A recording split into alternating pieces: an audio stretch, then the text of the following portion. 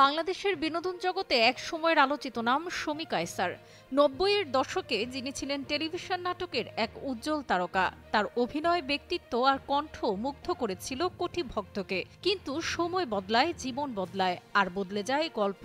অভিনয় থেকে ধীরে ধীরে দূরে সরে গিয়ে শমী কায়সার মনোনিবেশ করেন ব্যবসা এবং সংস্কৃতি সংগঠনে, হয়ে ওঠেন সফল উদ্যোক্তা। কিন্তু ২০২৩ সালের শেষ দিকে তার জীবনে নামে এক নতুন ঝড়। গত বছরের ২৯শে অক্টোবর উত্তরা পূর্ব থানায় তার বিরুদ্ধে দায়ের হয় এক চাঞ্চল্যকর মামলা, হত্যা চেষ্টার অভিযোগে বলা হয় ছাত্র জনতার আন্দোলনের সময় একজন আহত হওয়ার ঘটনায় তিনি জড়িত ছিলেন। ৬ নভেম্বর উত্তরা থেকে পুলিশ তাকে গ্রেপ্তার করে। এক সময় যিনি ছিলেন দর্শকের প্রিয় মুখ, সেই শমী কায়সারকে এখন বিচারিক প্রক্রিয়ার মুখোমুখি হতে হয়।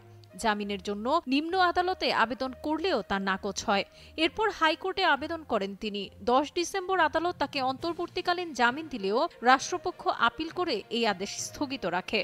অবশেষে দীর্ঘ আইনি লড়াইয়ের পর বুধবার হাইকোর্ট তার জামিন প্রশ্নে জারি করা রুল যথাযথ ঘোষণা করেন। বিচারপতি আবু তাহের মোহাম্মদ সাইফুর রহমান ও বিচারপতি মোহাম্মদ শওকত আলী চৌধুরীর বেঞ্চ এই রায় দেন। Deputy attorney general Redwan Ahmed Ranjib জানিয়েছেন, পুলিশ প্রতিবেদন দাখিল করা পর্যন্ত সময়ের জন্য শমী কায়সার জামিনে থাকবেন। এক সময় নন্দিত তারকা, আজ এক মামলার আসামি। জীবন কখন কিভাবে মোড় নেয় তা কেউই জানে না। শমী কায়সারের জন্য সামনে অপেক্ষা করছে আরও দীর্ঘ আইনি লড়াই। তিনি কি পারবেন এই অভিযোগ থেকে মুক্তি পেতে? সময় দিবে তার উত্তর।